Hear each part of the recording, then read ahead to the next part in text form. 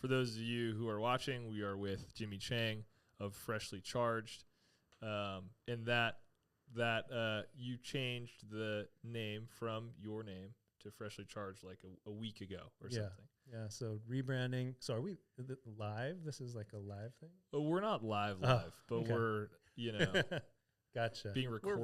We're rolling. Yeah, so new name for the YouTube channel. I'm still Jimmy Chang, but we've added Andrew to the channel, and now we're called Freshly Charged.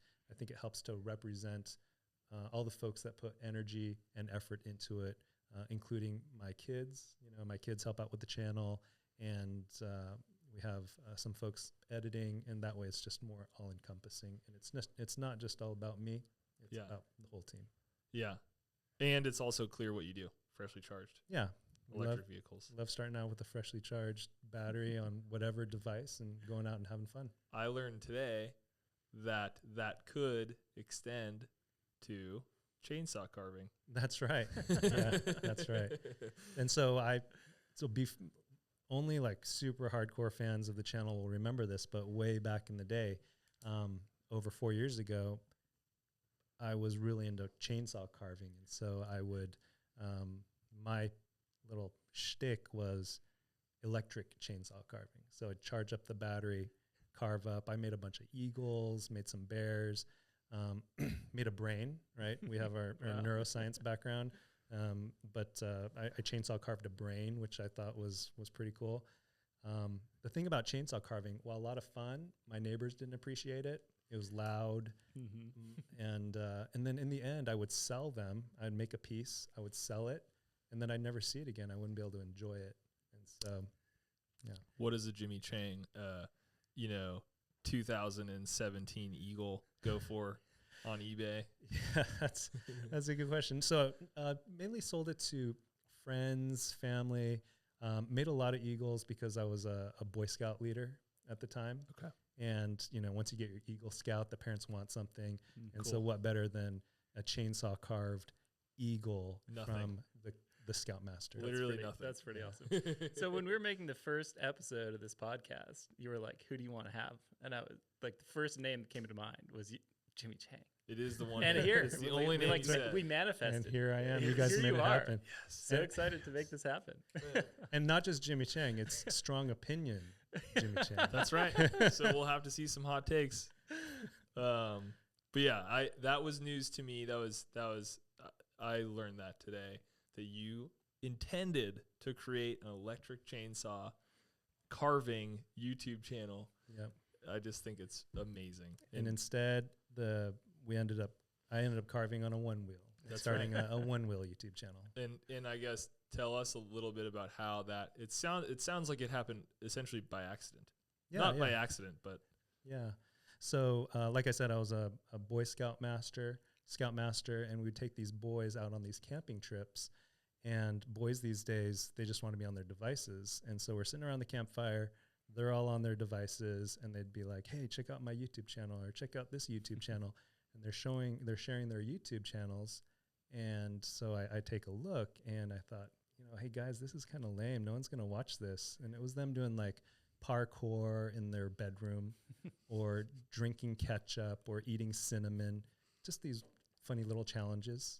And they said, "You can't make a YouTube channel better than us." And I was like, I don't know, maybe I can. And it was around that time when I was chainsaw carving. So I thought, I'm going to do a chainsaw carving YouTube channel.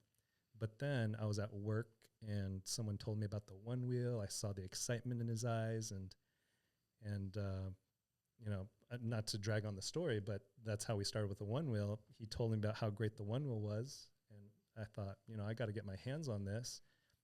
Looked it up online on Craigslist, got a used Onewheel. A week later, I'm riding through a nearby park, and with my old GoPro, I fall, capture it all on video on the GoPro, post it on YouTube, and it gets a ton of views. And I thought, this is it. This is how I'm gonna beat all these scouts with their cheesy little YouTube channels. This is gonna be my channel. And so that day, I committed to a video a week for a year. And here we are 4 years later. To beat the Boy Scouts. One up your own troop there. Yeah. That's right. I just love how random the world works. Yeah. Is there like a YouTuber merit badge now? There should be. If there Yeah, isn't, there should be. there's a lot of great value, I think, in learning how to produce videos and make a YouTube channel. 100%. I mean, yeah, we're talking creator economy. It's Yeah. a whole thing now. And you guys have done some pretty interesting and amazing stuff with your YouTube channel. It seems like there's tutorials, there's highlight videos, but there's also like a documentary feel. Where does that come from? That's a good question. I think some of the inspiration there is looking at like what Yeti has done, with the Yeti Presents stuff.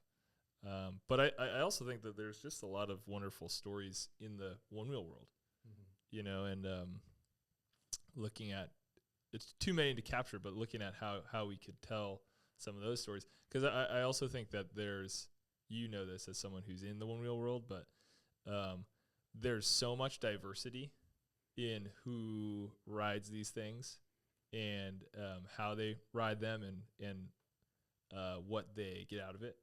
I think. So I think comes down to trying to capture some of that. Share the story as we can. Yeah. Those are also like the fun projects. Okay. The most fun ones. You mentioned a trip to Hawaii that did have to happen. Yeah. In order to, I feel like there were like different chapters to the Onewheel journey where at first the reaction you got from people when you showed or rode by on Onewheel, they're like, "What is that?"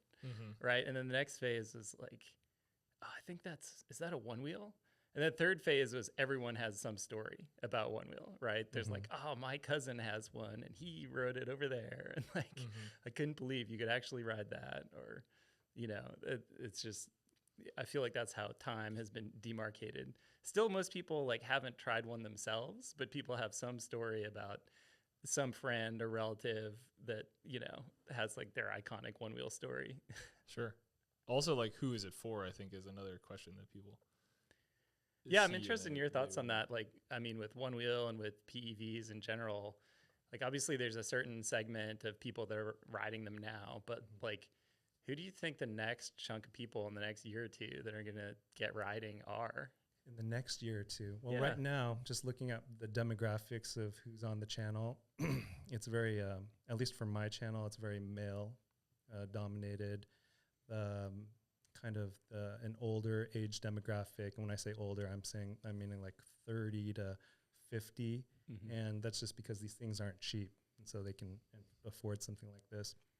I think in the future, as this becomes more accessible and hopefully prices go down, then I could see more younger folks doing it because it's a great way to get around. And then I would love to see more women in riding these. I have two sons, two daughters, and my daughters love it. And I think there's no reason why on my YouTube videos it's only 99% guys watching my YouTube videos. Oh, wow. It's very male dominated. Either I need to like spruce up my looks to try to get more. You should do a makeup crossover episode. I think that could be another million views. I need to start working out more and get the female viewers. But I think getting more females riding and more younger folks riding, at least from my perspective. Sure, we've seen that for sure. I mean, I remember we do a survey about once a year.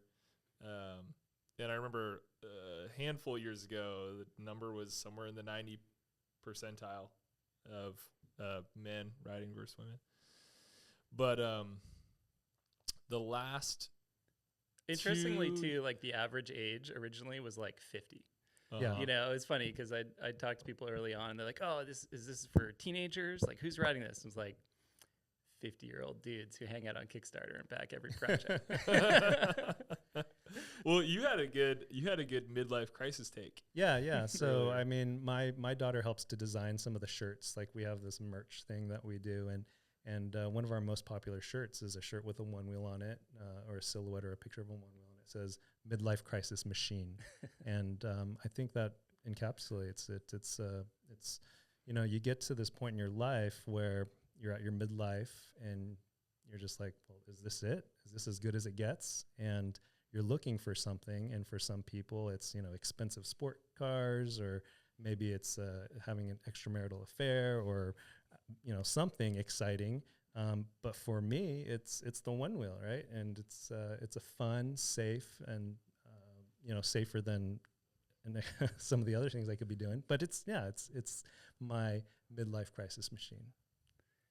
I was telling him that when we started this, that's like not the demo that we like drew up on the whiteboard. We always had the rad dad on the board though. That's what, yeah. It's the same thing. It's just a branding, flip. Rad dad in midlife crisis. Plus, if you're budgeting $50,000 to buy a red sports car, you can get a lot of PEVs. It's like a frunk ornament. Yeah. Mm-hmm. There you go. Speaking of which, okay, I have to shamelessly plug this. Jimmy, we were talking about the Rivian, which is it your vehicle, or? It is my vehicle. Okay. Yeah, and that's what my wife says. It's my vehicle, even though she drives it more than me. We get so many looks, and so many people ask us questions, and because she's driving it, yep, she's just learned to say, it's my husband's truck. I don't know anything about it. Smart. That reminds me of early days Onewheel, actually. Yeah. It's like when you're riding Onewheel around, everyone asks you all the questions, and at some point you had to just be like, if you wanted to get where you were trying to go, and not engage in a 20-minute conversation, you had to just be like, I don't know, I just found this thing. Yeah. I would say that too. People are like, what is that? How does it work? I'm like, just go to onewheel.com. Yeah. Like, yeah. I don't know. You'll figure it out. What I was going to say, you can fit 4 Onewheels in the front of the Rivian and 3 more in the slide out thing. Yep. And you can Gear charge tunnel. them all. So I'm just saying. Yeah. Wow, base station. Maybe for 2023. Company car, the new company truck. Yeah. Let's go. That's right. Yeah, but I mean, they're going through their growing pains too. It's a new company. It's the new release of their truck, and I just got a recall notice because they've been having problems with a bolt that wasn't tightened correctly. And so I wanted to ask, with the front foot pad on the GT, seems like those things have been sorted out. What are some of the things that you've learned from that experience? Great question. Oh, is that for You me? want to go first? Yeah. Wait, can I say something? Yeah. I asked Kyle something similar, like, I don't know, a couple months back. I was like, what's the takeaway? He's like, when marketing tells you need a front concave foot pad, like, don't just go down the marketing rabbit hole. He put it on me.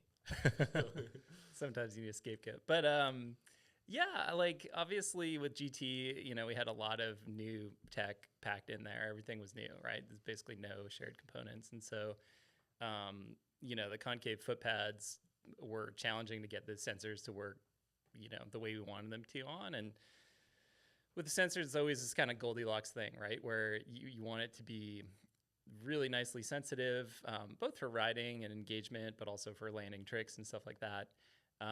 But obviously you can't have it, right away without a rider on it. And so we, had dialed that in pretty closely and had, what we thought was a lot of test coverage. But once it got out in the field, there were just, too many Onewheels riding without a rider. And so we went back and, basically redesigned the foot pad in ways, in addition to adding more test coverage for it. Once we saw what was happening in the field, and then obviously ran that recall, which was really successful. We had, a great participation percentage, and it's still, people can still go online if they have a GT and get their front foot pad fixed. And of course, all the new boards have the updated foot pad on there. So, obviously painful, but it's the right thing to do. Like you've seen with your Rivian, right? I mean, you're building, a new generation of hardware. There's going to be some issues, and, companies just need to do the right thing. And if a recall is the right thing, do that. And if there's some other solution, do that. But I think it's part of kind of growing up as a company, that kind of thing happens. And, so it sounds like took care of our customers and, sent out a lot of foot pads to help sort people out. And so that sounds like the fix has worked. I mean, I haven't seen any reports recently. And is that a change that you can actually physically see? Was there a design change in that foot pad? Yeah, there were some design changes in the foot pad that adjusted that sensitivity.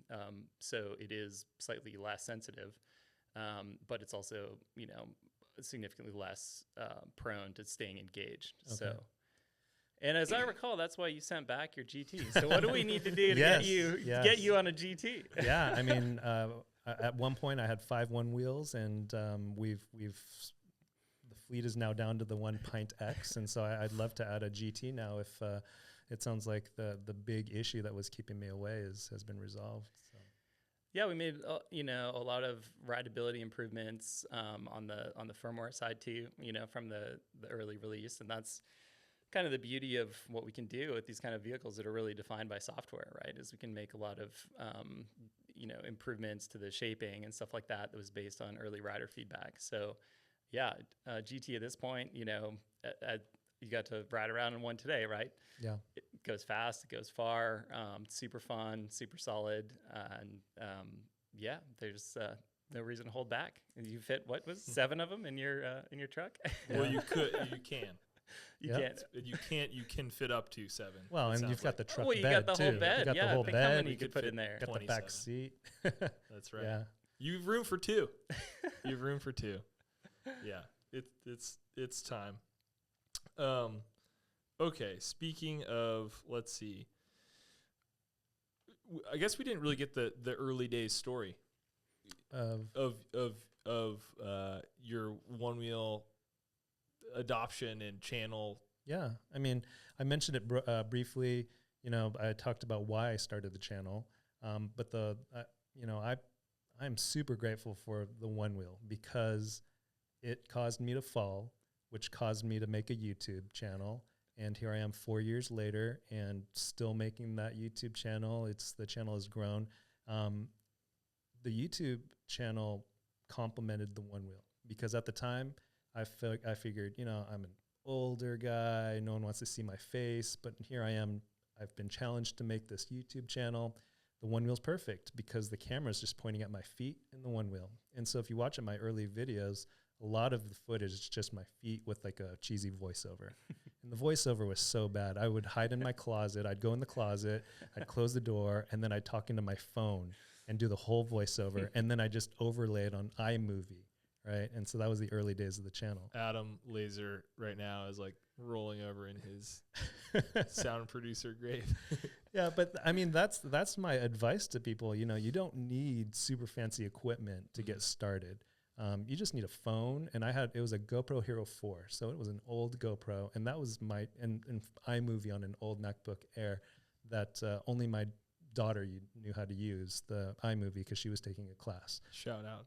Yeah, shout out to Evie. Evie helped me. She taught me how to use iMovie, and so it's a bare bones project, but the Onewheel helped open up a new community of people that, deep down inside, I consider myself kind of a nerd, techie, introvert, I guess if I were to describe myself.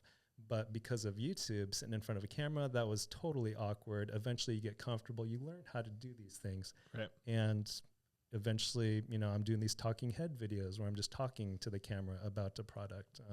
And then we brought on Andrew, who has been a great asset to the channel, helping to expand from Onewheel. We moved to electric unicycles, to electric scooters, to e-bikes, and even electric trucks. And so we love these electric devices because they're just so much fun.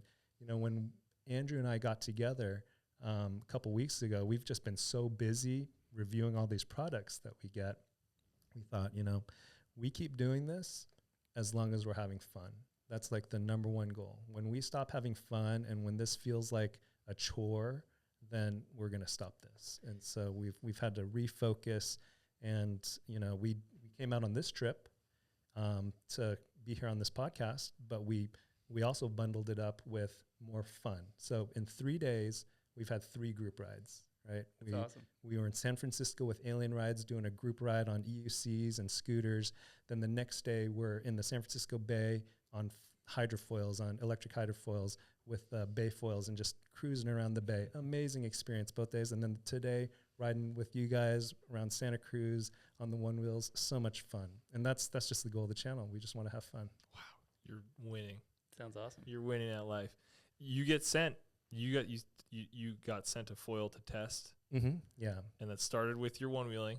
Started with one wheeling, and it's because of this product that you've made and mass produced, made available to the masses, that I have a YouTube channel, and because of that, we were out hydrofoiling on the San Francisco Bay. See, this is how I know he's doing it right and we're doing it wrong, because neither of us have a hydrofoil. Have not hydrofoiled. Everybody neither. says it's the truth. So Me neither. Yeah. just a matter of time. And the folks at Bayfoils, they said, you guys show up. They'll Let's hook go. you Yeah, up. let's They'll go swap rides. Get you a lesson. We'll have to go do It that. feels like riding. That's the real float life right there. That you're truly floating. And Yeah. that is the life. You're flying and floating. That does not offend me at all. For the record. I think it's funny that people call one wheeling floating. I think Like- it's a little bit funny too. But do you know It's what? cool. Okay, It's funny. this is knowledge that has to be dropped. This might I don't know if this is gonna rub anyone the wrong way, but this is just factual, so that it just is what it is. But float life was actually invented by my friend Scott Burney. And most people don't know this. But my friend Scott Burney from University of Oregon, go Ducks, created the term float life. Okay. And he's just that type of guy who creates that, funny terms of phrase. And so we had thrown that out here and there a few times on social media, a little hashtag. There was a video very early on with stand-up paddle boarders like Mike Tavares and whatnot that we called Float Life, right? And this was like very early days. It's taken on, obviously. Well, now it's a company, it's an event, it's a way of life. Yeah. But yeah, just I don't know why I felt the need to get that off my chest. But for Scott Burney out there, I just want you to know Give you Scott started credit. something that you had no idea what you were. Didn't And we, it's- we also cast him in our second yeah. video because he was the only guy who could drop a curb. Scott is in the app. Scott is in the original One Wheel in Extreme. Yeah. That's Scott Burney. But just because you come up with something doesn't mean that it sure. should be yours. I mean, Totally. it's, Yeah. No, bringing it to the 100%. masses should get a lot of credit. 100%. Yeah. Okay, we were this is an opportunity to really grill Kyle. Okay. Oh, jeez. I'll have a refill, please. Well, that reminds me. So, right, just because you come up with it doesn't mean it's yours. I completely agree. So we were talking about how on YouTube we get this comment too, and you said that you get this as well. There's like every once in a while there's people who are like, "This Kyle didn't invent this. Some British guy invented the one wheel like way long ago." Right? Yeah. So there's I guess a YouTube video from a way back when of a guy that's made a device that looks very similar to the one wheel, and I think he subsequently made his plans or diagrams available online. There's a website that goes over the history, but yeah, I get these. I get a lot of messages and.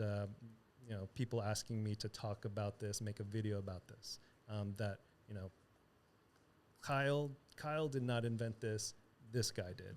And so, in my mind, I'll let you go. Well, I was gonna say, yeah, in my mind, like, what does it matter?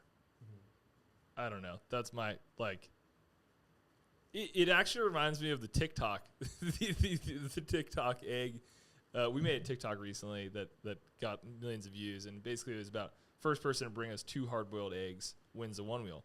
And we were on the campus of Cal Berkeley. Sorry, this is incredibly tangential, but I think it's applicable. Basically, this person came running. Person A was in front of Rylan and Joey and asked, "What is this all about?" Sorry, excuse me. Person B comes running out of nowhere with his hard-boiled egg, gives it to Rylan. Challenge complete. Rylan, eats the egg. That person won a one wheel. We didn't realize it, but the person who was standing there that asked, "What is this all about?" He also had hard-boiled eggs, but he didn't act upon them. Okay. Yeah. Right? And we had this philosophical talk about this, who deserved the one wheel? Sure. Was it the person who physically was there first but didn't act upon it? Or was it the person who came second but acted with courage and conviction and made it happen? Yeah. And we decided, I mean, actually we gave both of them a one wheel. but I feel like, shoot, cool. You thought, maybe it's true. Maybe this guy did think of a one wheel first. Maybe someone dreamt about this in the 1820s. Yeah. I don't know. Maybe Leonardo da Vinci drew one up somewhere. What are your but thoughts, if like, Kyle? but if you got to go and do it. Okay. Jack's still Sorry. finishing his thought. Sorry, I got worked up. I mean, the egg thing, like they're gonna write about it someday. Okay, what do you have to say? What do I have to say? Well, what was the question again? Something about the history of one wheel, inventing it, and all that. Yeah. Yeah, I mean, so as you probably know, like in the very first, I think, Segway patent, there's basically a drawing of someone riding something that looks kind of like a one wheel, right? It's a single-wheeled skateboardy kind of thing. Obviously, they were thinking about it. I've never seen if they built a prototype or whatnot. Be cool to check that out if there is. Yeah, there were. I mean, I think you saw it today, right? Like the first one-wheel prototype that I made. There were some other people around the same time building like chain drive, belt drive, whatever kind of single-wheeled vehicles. But I think like, so I built that prototype and then kind of put it back on the shelf for a few years. And I helped start an e-bike company. And developing that e-bike, that company is called Faraday Bicycles. Developing that really sort of showed me that the next wave of technology was going to be what actually let you commercialize these products, right? So, the in-hub motor tech, like that wasn't on my first prototype. That wasn't on something that anyone else had done. But I could see like we need to take this from e-bikes and we need to put it in this, board form factor, right? We need to take, forget lead acid batteries. Like that's not going to work. Nickel metal hydride, same. We need lithium batteries, right? We need to pack it in there. We need to make it really thin because it's not just about like going forward and backward. Like you want to be able to carve, you want it to be, maneuverable, you want it to be off-road, right? And, figuring all that out. And so, like I said, I put it back on the shelf for a few years and then picked it back up once that tech had kind of evolved to the next level. This is around 2013. And then that was kind of the pivotal juncture for me where I was like, yeah, I want to quit my day job and go like actually try to turn this into a consumer product, right? And so then from there, it's like we still had to figure out so many things about how to make this something real that you could actually deliver as a product, right? Rider detection, digital shaping, like pushback, like how all these things should work, integrating headlight, tail light, which is part of the iconic form. Whenever I see like a little bar of lights coming, I'm like, oh yeah, that's a one wheel. Yeah. But all those things that integrated into like an actual consumer product, right? And then, launching it and figuring out how to make it and sell it. And, that's really what, we've done. So I think like it's really, I mean, I've been doing innovation as a career, since I graduated. And, like no idea is truly original, right? Sure. People have been thinking about it. Like Jack joked, someone has been, was dreaming about it 100 years ago, right? And there's probably some, steampunk like one wheel sketch out there somewhere, I'm sure, that would be rad to get. We could frame it in here, but, I think the entrepreneurial journey, is like you take technologies and designs and you integrate them into a compelling, form factor that you can then deliver to the market. Yeah. And that's why there's not just one or two one-wheelers, but there's tens of thousands. I think that's key because ideas are a dime a dozen. Anyone can come up with a concept, but it's going from concept to bring it to market successfully that's difficult. And I think you guys have done a really good job with that. And it's fun to listen to your history, going from garage tinkerer to now CEO and president of this company that's brought this device that's made so many people happy. What are your thoughts on the garage tinkerer, like the folks that like to tinker on their devices, especially when it comes to the one wheel? Yeah, I mean, obviously, there's a lot of garage tinkers out there, and that's like my DNA. And I think, it's there's sort of different forms of that, right? I think you can basically do whatever you want in your garage. I think there's sort of this blurry line of like people that say they're garage tinkers, but are also like selling products. Like once something becomes a product that's available for sale, you're not really a garage tinker, right? It's like you can do whatever you want on your one of one, but like once you go and start selling that, now you're a business. You maybe are only selling, 5 pieces, but that's still a business, right? And so I think that's where, things like intellectual property and stuff like that come in. There's obviously a lot of people, building different kinds of accessories and mods and stuff like that for Onewheel, which is cool. And it creates like this whole ecosystem, right? But every now and then there's something that like is like really problematic for us, either from a safety side or an intellectual property side. And in a few cases, unfortunately, we've had to go after companies that are, doing that kind of thing. But I think that garage innovation is like pretty amazing, right? And that's what propels the world forward. Like, I don't know, the garage has been instrumental, right, in so many like revolutions, I would say. And so, yeah, I don't know. I guess that's my perspective on that. I definitely still identify as a garage tinker for sure. Sure. And then, not just tinkering to mod it, to make it better, to make it faster, whatever, but just to be able to repair it. Where do you think Onewheel in the future is going to go in terms of repairing a Onewheel? Because, what do you say to the customer who's in Australia that has something wrong with their board? How are they going to get that fixed? Do they have to send it back to Santa Cruz to get it fixed? Yeah, so obviously figuring out how to support our customers in the field is something that we're, always working on and iterating. And at this point, it is a pain point for folks for sure. Like if you live in California, we can take care of you quickly, right? You send your board in, we'll get you sorted out, and you'll be riding a couple days later.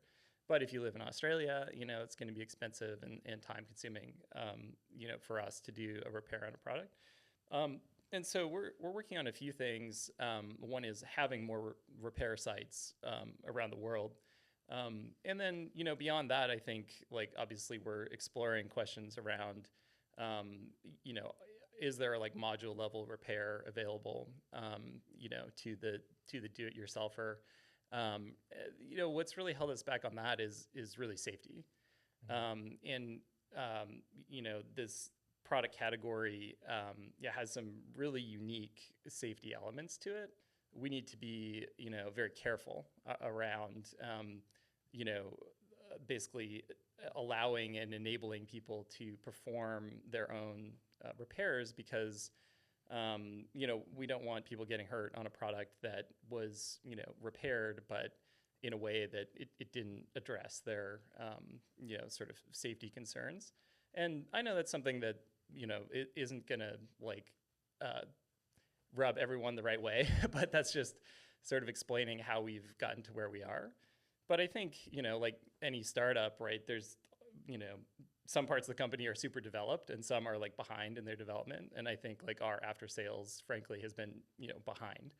And so we're working to make a number of improvements across that to help our riders keep riding. The products are obviously designed to be repairable and modular. We're not like gluing everything together in a way that, it's impossible to service. But the next step is really like broader availability on some of that stuff and figuring out how, how to manage like safety and flexibility and being able to do this at places around the world as international markets have, become a lot bigger Sure. for our products. I mean, if anyone can figure out how to do it, I feel like it's got to be you guys. And, you made a single-wheeled self-balancing skateboard. I feel like the modular parts, when I look at Future Motion, I consider you guys like the Apple of PEVs, right? It's a kind of a closed ecosystem, very very polished device compared to, you know, a lot of the other devices we see. You guys have probably one of the best apps of any of the PEVs that I've ever tested. And so I have faith that if you guys want to make it modular, make it so that, you know, and Apple kind of did the same thing with their making available instructions on repairing, making available original manufacturing parts, OEM parts. So I think it's possible. What do you think? I mean, is that one of the main focuses right now, the servicing, or what do you what is a focus right now for Future Motion? Is it the next Onewheel? Is it servicing? Is it what is it? Yeah, I mean those are like the two big things really. But you know, like I said, improving the after sales experience is definitely one of those priorities. And you know, because like obviously we started selling tires, right? And we're selling tire changing tools, right? And you're starting to see like more you know, tools and equipment on our store that actually and help that's you all new, right? That's all new progress. within the last, you know, 6 months. So we've got, you know, a number of additional things happening in that domain. And I think, I mean, of course, people want to be able to replace their own tire. You replace the tire on your bike, you replace the tire in your car. Like, they want to be able to do that on their Onewheel. And it's just a matter of, like, how do you make sure they do that without damaging the motor or damaging the cable or whatever.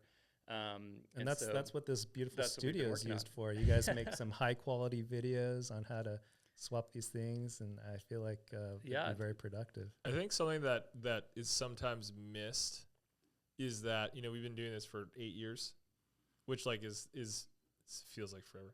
No, it's not actually that long, right? You know, like cancel the first 3 years because that was all just like scratching and clawing and like trying to make it like real. You know, like there was 12 Onewheels, you know, and yeah, there's not that many people. It's not that big of a thing, right? Like Apple, obviously, they can be like, okay, you 50 people go figure out how to change phone screens, you know, while we're like figuring out what people are gonna be on in 30 years and like run the Super Bowl halftime show. Yeah, like it's not like that. You mean you're not running the halftime show?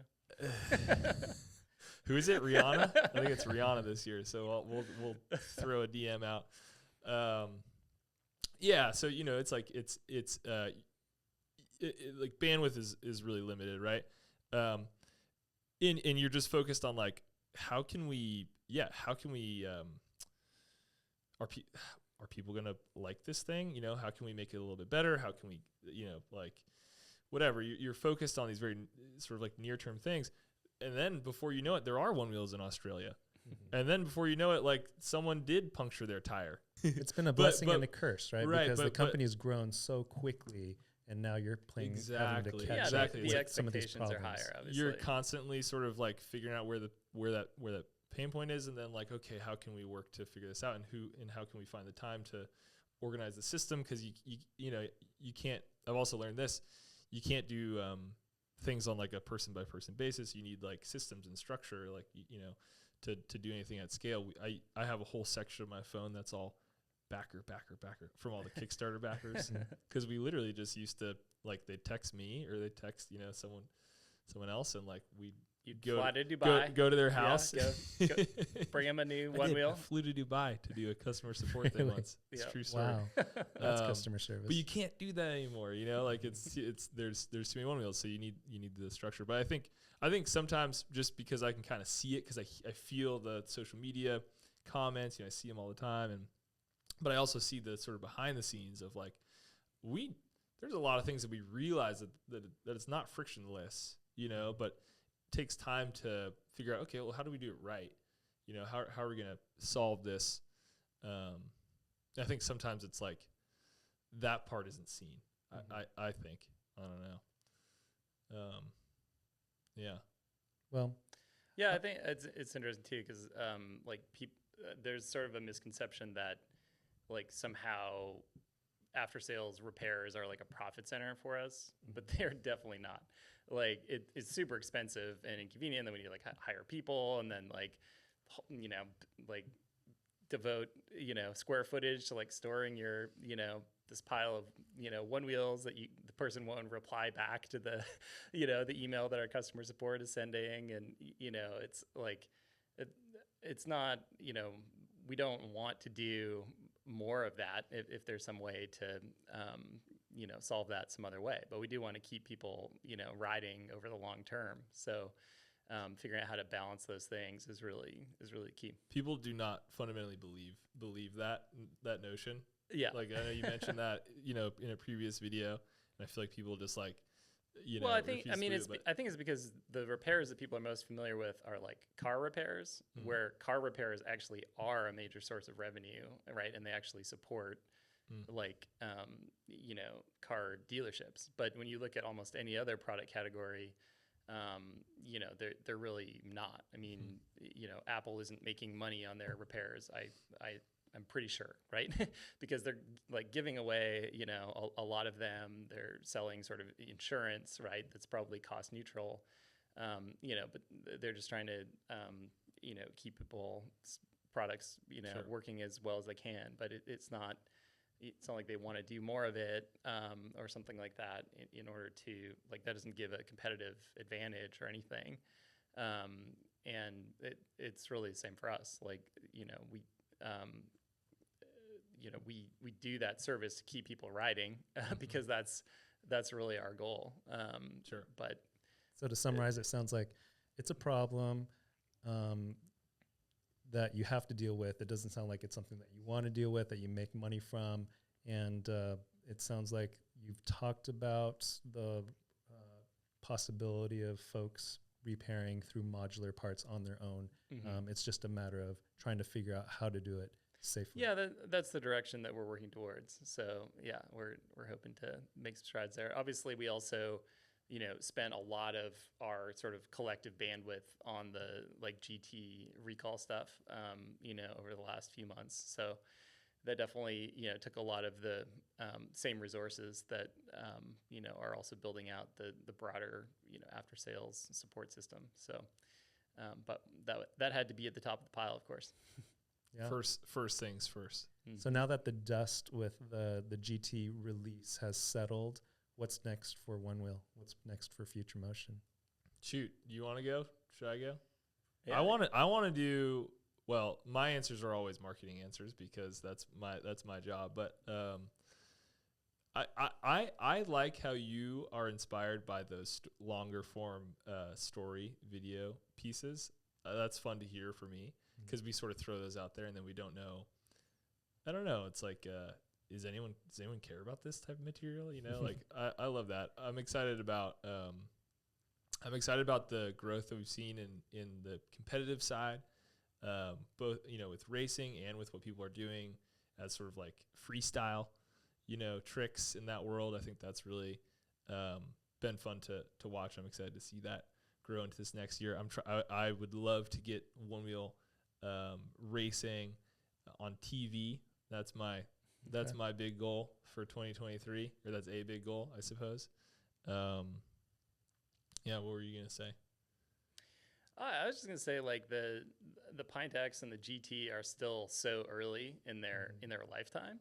Like, I was out riding my GT this weekend, and I was like, I've ridden my GT some, but like not nearly as much as I have other Onewheels, right? Still like I'm still like figuring out where all the corners of it are, and I think that's true for like racers and other riders too, right? People that ride tricks, they've only had GTs under their feet for like a few months, and Pint X a little longer, but I think like people are kind of sleeping on Pint X because the form factor is awesome, and now with the range to actually go where you want to go, like I think you said that's the one wheel that's in your quiver, right? That's the only one we have right now, and yeah, we enjoy it. If you have only one, maybe it should be a Pint X. Yeah.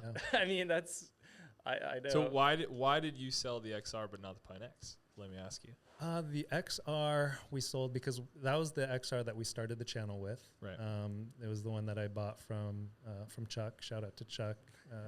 Older gentleman. He bought the Onewheel. He fell. His family told him he had to get rid of it. So, his loss, my gain.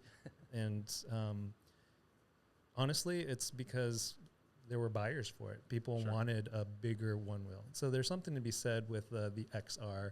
I know the XR was around for a while, and everyone wanted, when's the next one wheel coming out? What's the next thing? But the XR, I think, has a nostalgic feel to it. A lot of people just can't let that go. And so I found someone that wanted an original one-wheel XR that was in good shape. I keep my stuff in good shape, and so sold it to him. Kept the Pine X just because I feel like, my daughter loves riding that. That's her go-to PEV. I look forward to adding another one-wheel here soon to the quiver. Absolutely. And so, we were looking at the history line. Yeah. I think some of that XR nostalgia derives from the fact that it is the same thing as the original one wheel. Mm-hmm. We were looking at like the design evolution, the original one wheel plus, Model XR. Model T, It's like- it's a great car. They built it for like 30 years. It's all the Sold same. a lot of them. Yeah. Yeah, totally. But the V1 came out 2015, and then the Plus came out in 2017, and then the XR in 2018, and then the Pint came out in 2019. So it was just like bam, bam, bam, bam, bam. You only skipped 1 year in 2016. Then there was a lull with COVID, and then we get the Plus and the Pint X and the GT. I'm just wondering, what's the product release going to be like? And I know you don't want to like hurt your sales for the current models, but is this going to be around several years before? Is it going to be the 2 or 3 years before we see the next one wheel? Yeah, I mean, Never again. These ones are going to be around for a while, right? So they are early. Like you said, XR, we came out in 18, and we sold that through the end of 21, basically. And I mean, the thing too is like, the reason we had to stop making XRs is because of supply chain problems, right? That really became insurmountable, during 2021. Because a lot of those components were actually the same components that were in the original one wheel that we designed in, all the way back to, before 2014, which is when we launched it, but we were designing it before that, right? So we just had a lot of stuff that, we could not source anymore as particularly the semiconductor supply chain shortage became like insane last year. So that was really why we had to make this call to launch into the new generation products when we did. I mean, in some sense, it would have been nice to like hold them a little bit longer and launch them in 22. But like we had to get that out because we knew that XR was going to be wrapping up. And I think it's funny too. Like when we launched XR, like it was. Nobody really cared. This is what I told you today. People slept on it so hard. This is exactly what I said. It was like we launched it at like 9 a.m. and by like 11, people were like, "Oh yeah, XR, whatever." Nobody Not cared. a big deal. Nobody cared about XR at all when we launched it. Everyone. So it takes time to bond with your one wheel and build that love. We rode it all the way from Palm Springs to Las Vegas, and no one cared. With XR. Change is tough. Change is tough. Change is tough. I think that's the thing. But I mean, GT is really amazing. Like once you spend more time with it, like everything about it is plussed up significantly. So what is your ideal setup for the GT? Slick, treaded. Well, this is where I'm just like old school, but yeah, I like slick, and I like the love hump on fender, the back. no fender. Yeah, I like the fender, carbon ideally, and yeah, that's my setup. In Kyle Dirksen blue, Kyle's known for his affinity for that blue. That light blue, powder blue. Yeah, but I don't rock down my fender. You know that. That's true. Will there ever be a flat foot pad option? The community is a fickle community. The XR has been around for a long time. We need a new one wheel. We get a new one wheel. We miss the XR. Slick tire sucks. You got to get the treaded, and then you get treaded. We love the slick tire. Couldn't have said it better myself. and so people like options. We want concave. People like options. We get concave. I'm wondering, will flat ever be an option? Well, I feel put on the spot. I feel put on the spot. You are put on the spot. Is Just this say going to be like a maybe. Black Friday special? I'm Just riding. Just say I'm, maybe. I'm riding flat on mine right now. Oh. I'll tell you that much. Boom. Wow. Can we have like a sound effect for that?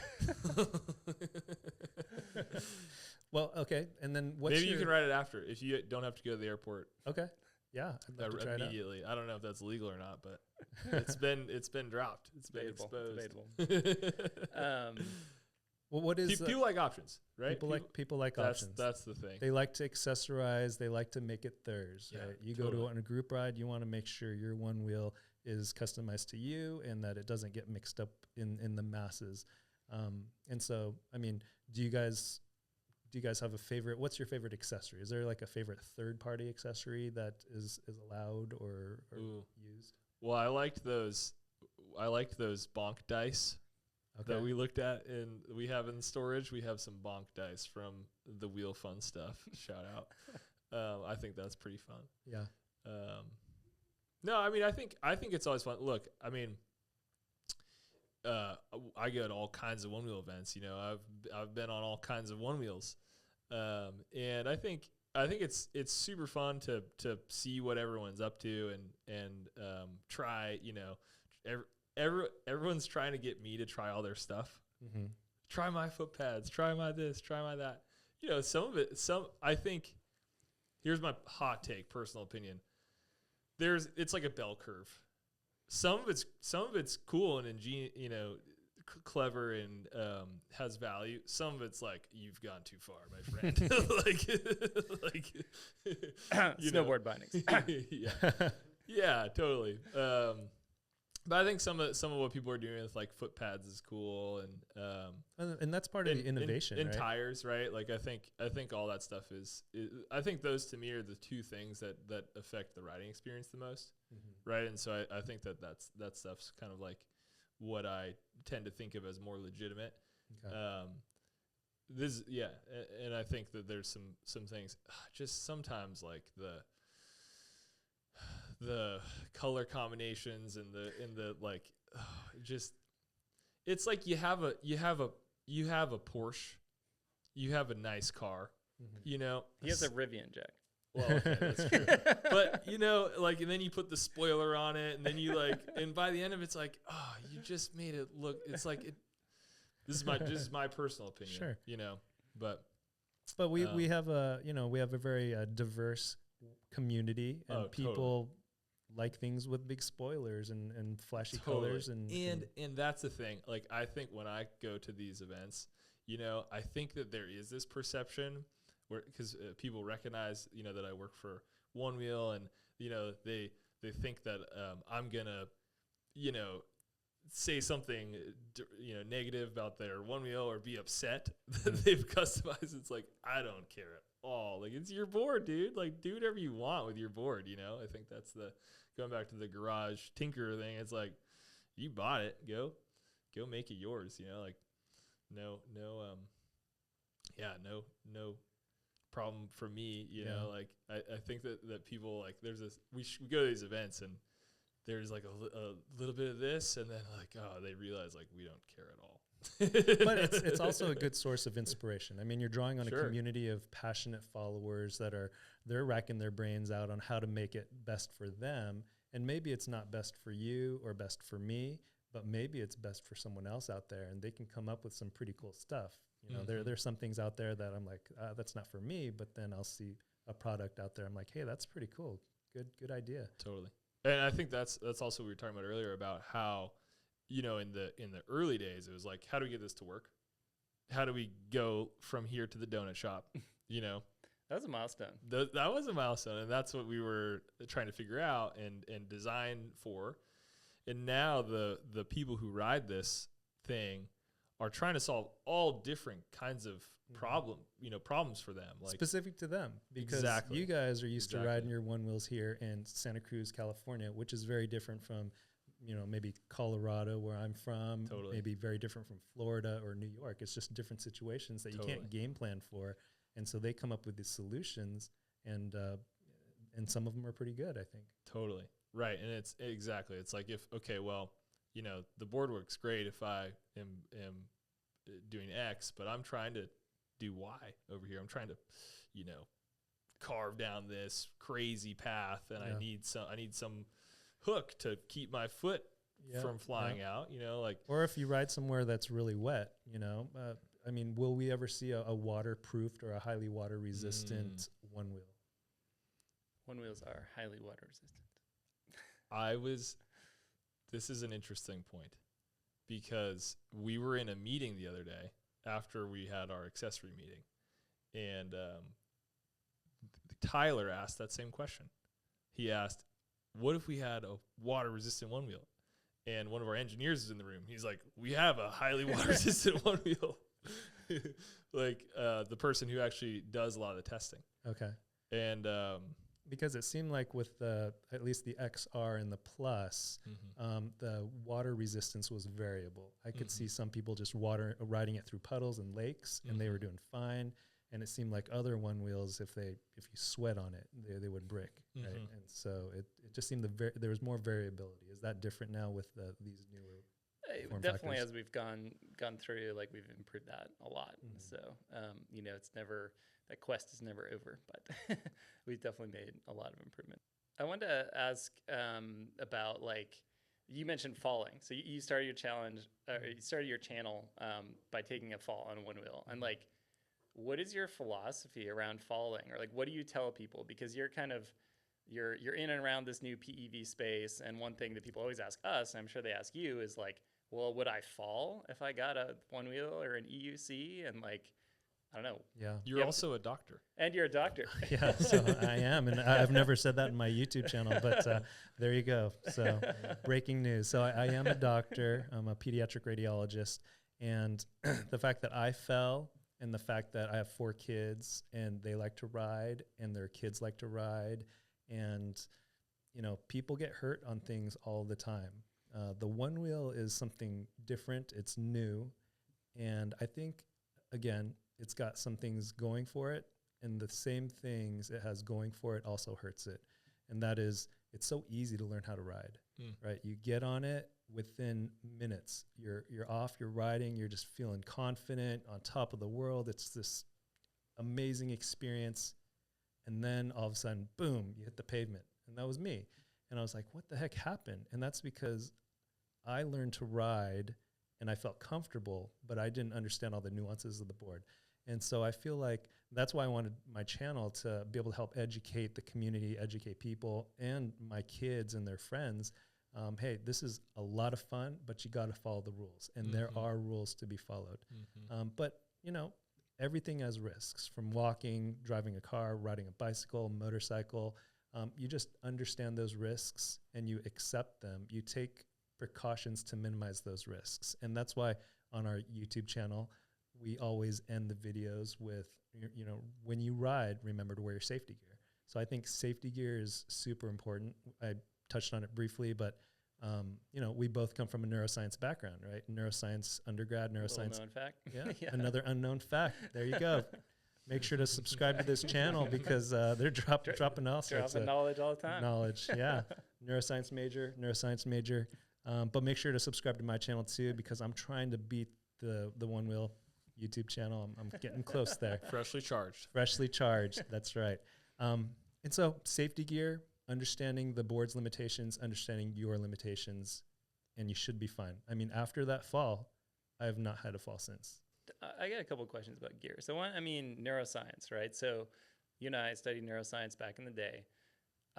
And we know that most of what we know about neuroscience comes from brain injuries, right? That happen to unfortunate people that went through, different kinds of accidents. But it's hard to communicate how fragile the brain is and why it's so important to wear a helmet. Do you have any way of telling people that in a way that it really sticks? It's so hard. You even look at my kids, there's one in particular, I won't name names, but he will not wear his helmet. And I'm just like, come on, dude. But there's only so much as a parent that you can do to tell him. I guess I could force him, but just help them realize that the brain is different from any other organ in the body. It doesn't repair itself after it's injured. It's not like your bone. If you were to suffer a brain injury, bones heal, the brain does not. And there are parts of your brain that you need. We were talking about frontal lobe injuries. I mean, that's right here. And that's when you bonk your head and you injure that frontal lobe, that really can change your personality.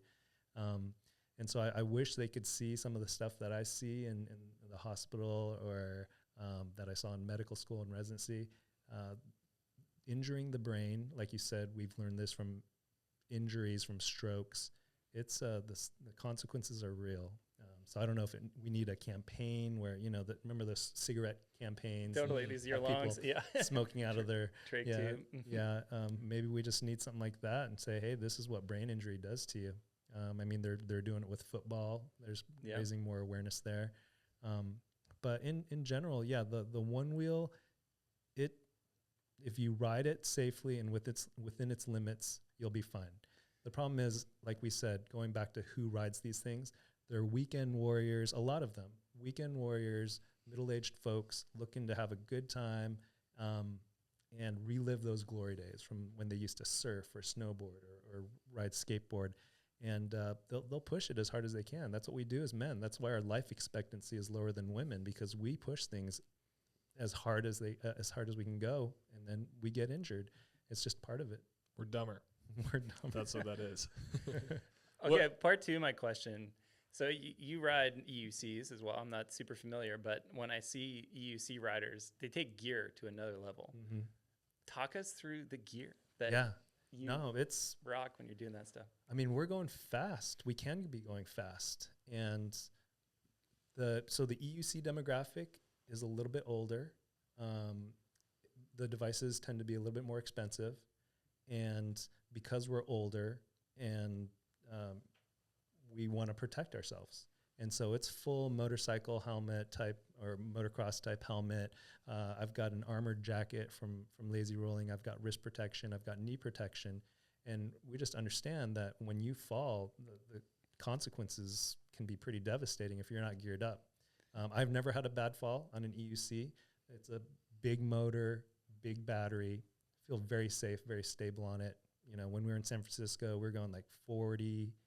I don't know if I'm allowed to say that, but we were going fast. We were going fast, and we were having fun.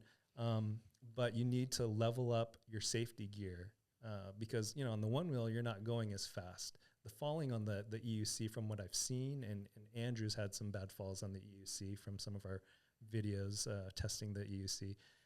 You push it beyond its limits. There's a loud beep that tells you to slow down. Andrew ignored it. He was going almost 50, and he wiped out. His gear saved him. It did a good job.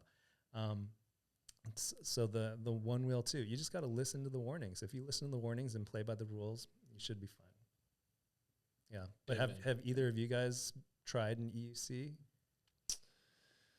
I have not gotten comfortable enough on one where it's fun. Okay. Where I've gotten to joy.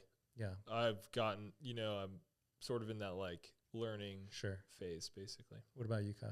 Yeah, just casually. Yeah, Okay. but I haven't, gone full send. And that's what you don't know is that sometimes at those group rides, that is Kyle. Yeah, full-face that's helmet. the full motive. Yeah. I'm just looking for some new gear. Yeah.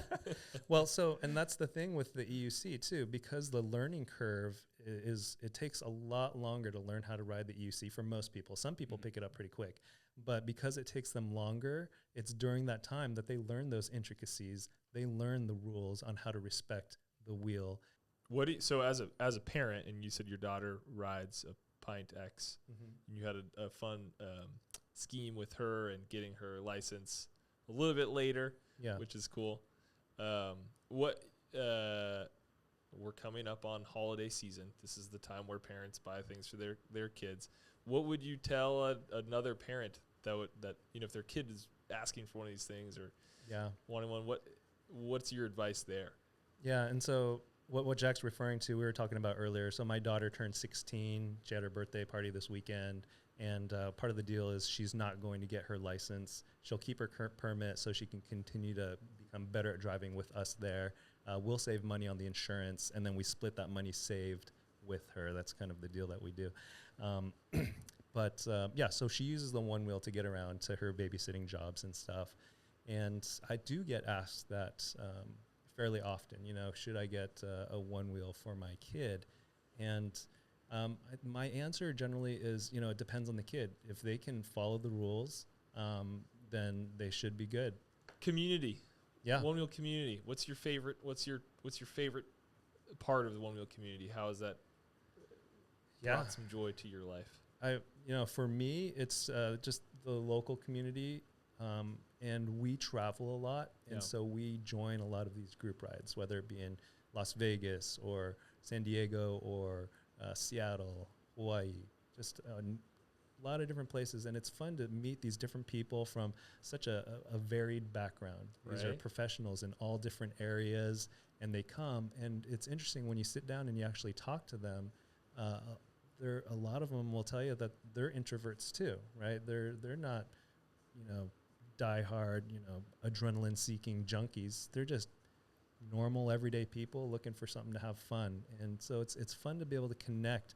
It's a product, it's a tool that connects a group of people that otherwise wouldn't be together, and you get this really thriving community, both online and in your local community. And the cool thing about the Onewheels, these group rides, a lot of times they end up being group talks, right? Because we just kind of hang out and we talk, and we just get to know each other. And so I like that aspect of it too. I think that's probably one of the biggest surprises to me, like that emerged, and there now seem to be kind of like across the PEV world, it's like, okay, Onewheels can go and EUCs can go, and I guess scooters can go, but only if they're fast, and bikes can't go unless they're Super 73s.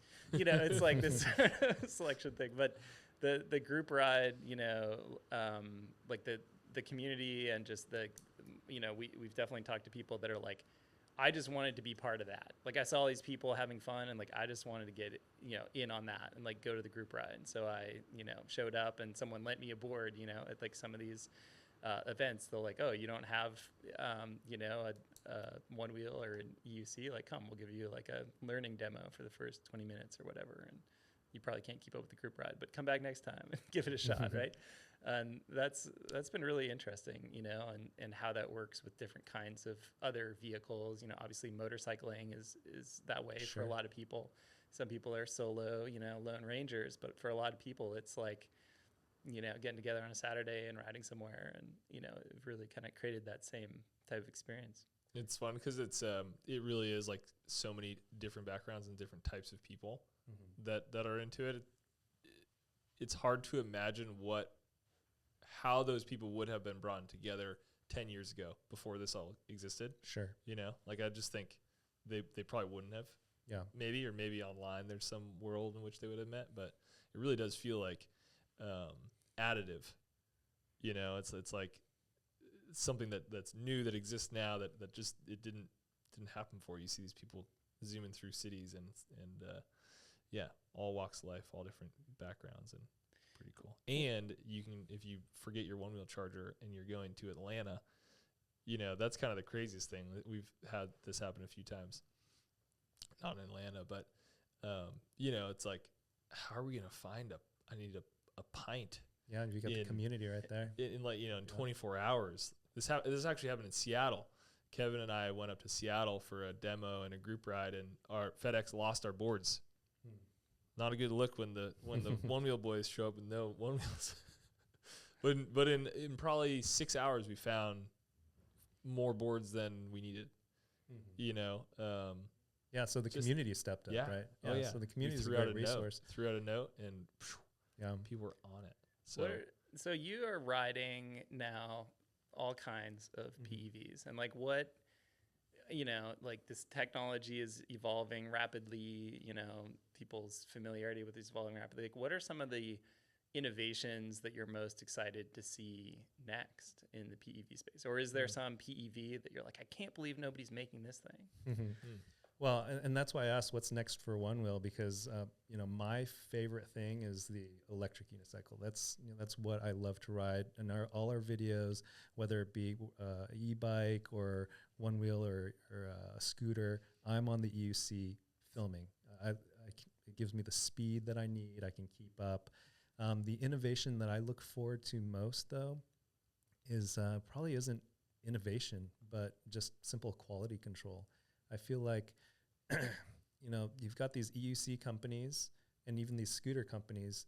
They come out with these new products really quickly, and they do a good job of coming out with new products that are bigger, faster, go farther.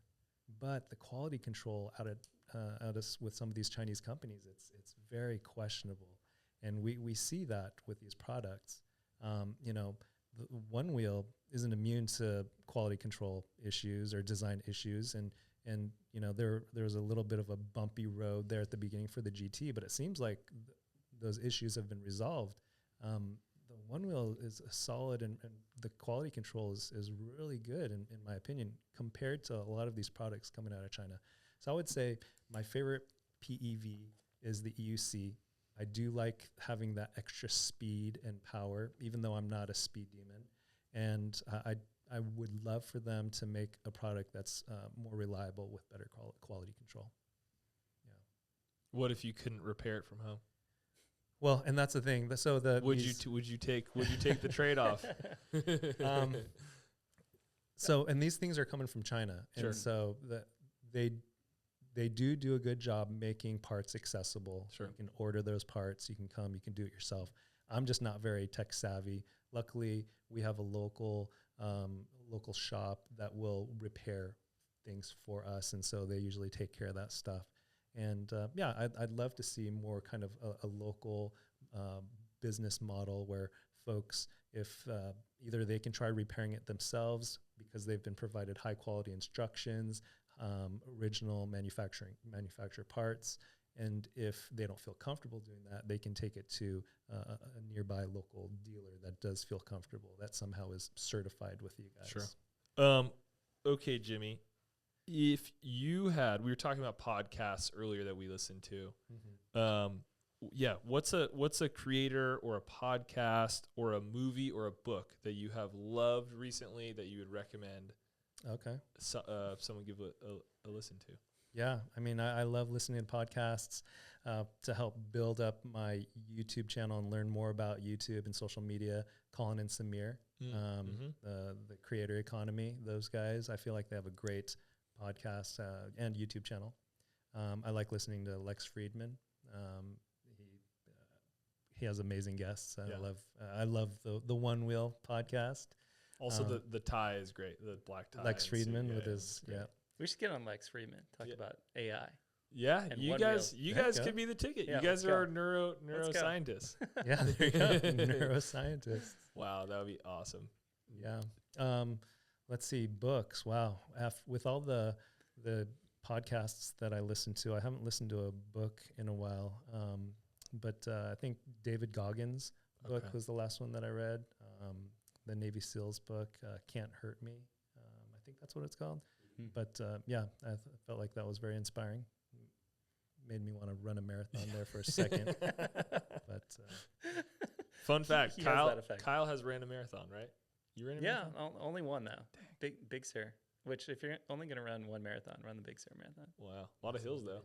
A lot of hills, but a lot of strawberries and people like playing tiny violins towards the end there when you're like, I don't know if I can go on. Well, epic. Jimmy, thank you so much for coming on here today. This was great. I had a lot of fun today. Likewise. Thanks for being the third guest on the show. Thanks for having me. It's a great time, and took the tour, took the ride. Great facilities, great people. It was finally good to actually meet the people that helped me to start my YouTube channel. Yes. Awesome. Feel the same way. So make sure you subscribe to Freshly Charged for more action from Jimmy and Andrew. Yep. And hey, keep watching over here too. Who knows what you'll find. We need to work on the outro. Yeah. And take two. Should I actually do it again? And cut.